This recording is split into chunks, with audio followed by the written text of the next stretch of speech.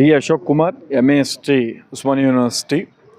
ఈ మధ్యకాలంలో ఇటీవల బాగా ఈ ఫోన్కి సంబంధించినటువంటి రీఛార్జ్ ధరలు పెరగడం అనేది చాలా దారుణం. అవి కూడా పెంచడంలో కూడా చాలా తెలివితేటలుగా కంపెనీలు పెంచడం జరుగుతూ ఉంది. అంతకుముందు మనకి నెల ఉండేది, నెల తీసి 28 పెట్టారు. 28 ఇప్పుడు ఇంకా తగ్గించే ప్రయత్నం చేస్తున్నారు.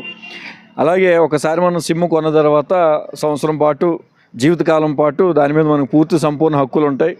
కానీ ఆ చట్టాలని వాటిని దానికి సంబంధించినటువంటి వాటిని కూడా పక్కన పెట్టేసి ఇవాళ ఒక సిమ్ను మనం 28 రోజులు దానికి ఎంత టైం ఉందో ఆ టైంలోపు మనం రీఛార్జ్ తిరిగి చేయించుకోకపోతే ఒక్కరోజు మాత్రమే మనకి ఇన్కమింగ్ కాల్స్ వచ్చేలాగా ఉంటుంది. ఆ ఒక్కరోజు తర్వాత వాడు ఆపేస్తున్నాడు. ఇది ఇంకా మరింత దారుణం.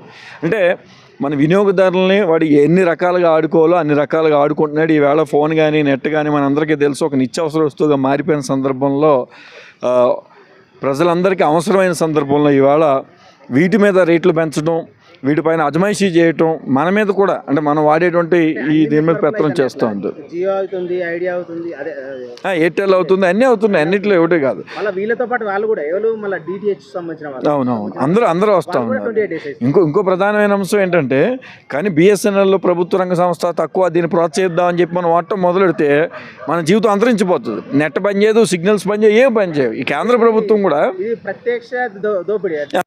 కేంద్ర ప్రభుత్వం కూడా ఈ కంపెనీలు మోనోపోలీ చేసుకోవడం కోసం కావాలని బిఎస్ఎన్ఎల్ తొక్కేసింది తప్ప ఉద్దేశపూర్వకంగానే ఖచ్చితంగా తొక్కేసింది అది.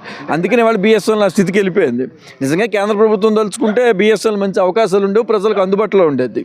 ఇప్పుడు ఈ ప్రైవేట్ సంస్థల వాళ్ళకు లోబడి వీళ్ళు గవర్నమెంట్ సంస్థలు పక్క పెట్టేస్తారు. అవును, ఖచ్చితంగా 100కి 100% కాదు, 1000% ప్రభుత్వమే బిఎస్ఎన్ఎల్ నిర్వీర్యం చేసింది. రేపొద్దున ఈ రేట్లు ఇంకా పెరిగిపోయే ప్రమాదం ఉంది. ఈ ప్రజలు స్పందించకపోయినా మనం ప్రశ్నించకపోయినా 349 చేశాడు. అవును, ఇక మరింత పెరిగిపోద్ది భవిష్యత్తులో. ఆ తర్వాత మోనోపోలీ అయిపోద్ది. ఏదో ఒక సంస్థ రిలయన్స్ లాంటిది దీన్ని కబ్జా చేస్తుంది, మొత్తం మిగిలిన కంపెనీలు కొనేస్తుంది, మింగేస్తుంది, మొత్తం జీవితాన్ని ఆగమాగం చేసే పరిస్థితి భవిష్యత్తులో వచ్చే ప్రమాదం. ఇప్పుడు చాలా మంది ఏంటంటే, ఇప్పుడు ఇది పబ్లిక్ ఇష్యూ కాబట్టి ప్రతి ఒక్కరు స్పందిస్తున్నారు. ఇప్పుడు మరి దీన్ని ఎట్లా చేస్తే బెటర్ అంటారు మీరు? ఇప్పుడు ప్రస్తుతం స్పాంటేనియస్గా స్పందించడానికి సోషల్ మీడియా వేదిక ఉంది కాబట్టి ముందు సోషల్ మీడియా స్పందన తెలియచేయాలి. ఎక్కడెక్కడ విద్యార్థులు, యువకులు, ఉద్యోగస్తులు కూడా వాళ్ళ స్థాయిలో వాళ్ళు పనిచేసే చోట, వాళ్ళ చదువుకునే చోట కూడా ప్రత్యక్ష నిరసనలకు రావాలి. జియోకి సంబంధించిన సంస్థ ఏం చేసిందంటే ఫస్ట్ ఫ్రీగా ఇచ్చింది.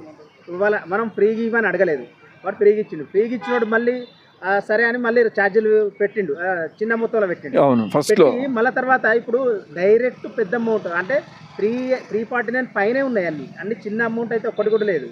ఒకవేళ ఉంటే కనుక వాడు ఒక చిన్న ఫోన్ ఇస్తుండు, ఆ ఫోన్లో మాత్రమే ఒక ఆప్షన్ ఇచ్చిండు, అది కూడా 179 ఏదో. జియో ఫోన్ చిన్నది ఉంటుంది. ఇది మొదటే మనకి అందరికీ కూడా అర్థమైపోయింది. ఎప్పుడైతే జియో ఫ్రీగా ఇచ్చిన తర్వాత ఒక్కసారి కొంత తక్కువ అమౌంట్ పెట్టి మళ్ళీ భారీ స్థాయి అమౌంట్ పెంచేసరికి అర్థమైపోయింది. అంటే ఆ రోజుల్లో స్మార్ట్ ఫోన్లు వస్తున్న సందర్భంలో ఆ టైంలో జియో దీన్ని స్టార్ట్ చేసాడు, అందరికీ నెట్ అలవాటు చేయటం.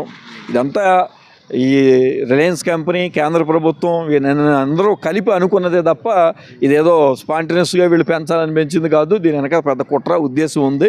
మొత్తం ప్రజల చేతిలో ఉన్నటువంటి నెట్వర్క్ని, డబ్బుల్ని వీళ్ళు దోచుకోవడానికే ఇటువంటి పనులు చేస్తున్నారనేది స్పష్టంగా ప్రజలకు వస్తుంది. ఎందుకంటే ఇది నిత్యావసర వస్తువుగా మారిపోయింది. ఈ కంపెనీలు అనుకున్నట్లుగా ప్రజలు ఆ ఫోన్లు చూస్తూ పడిపోయారు, ఉండిపోతారు అనుకుంటే ఏం సాధ్యపడదు.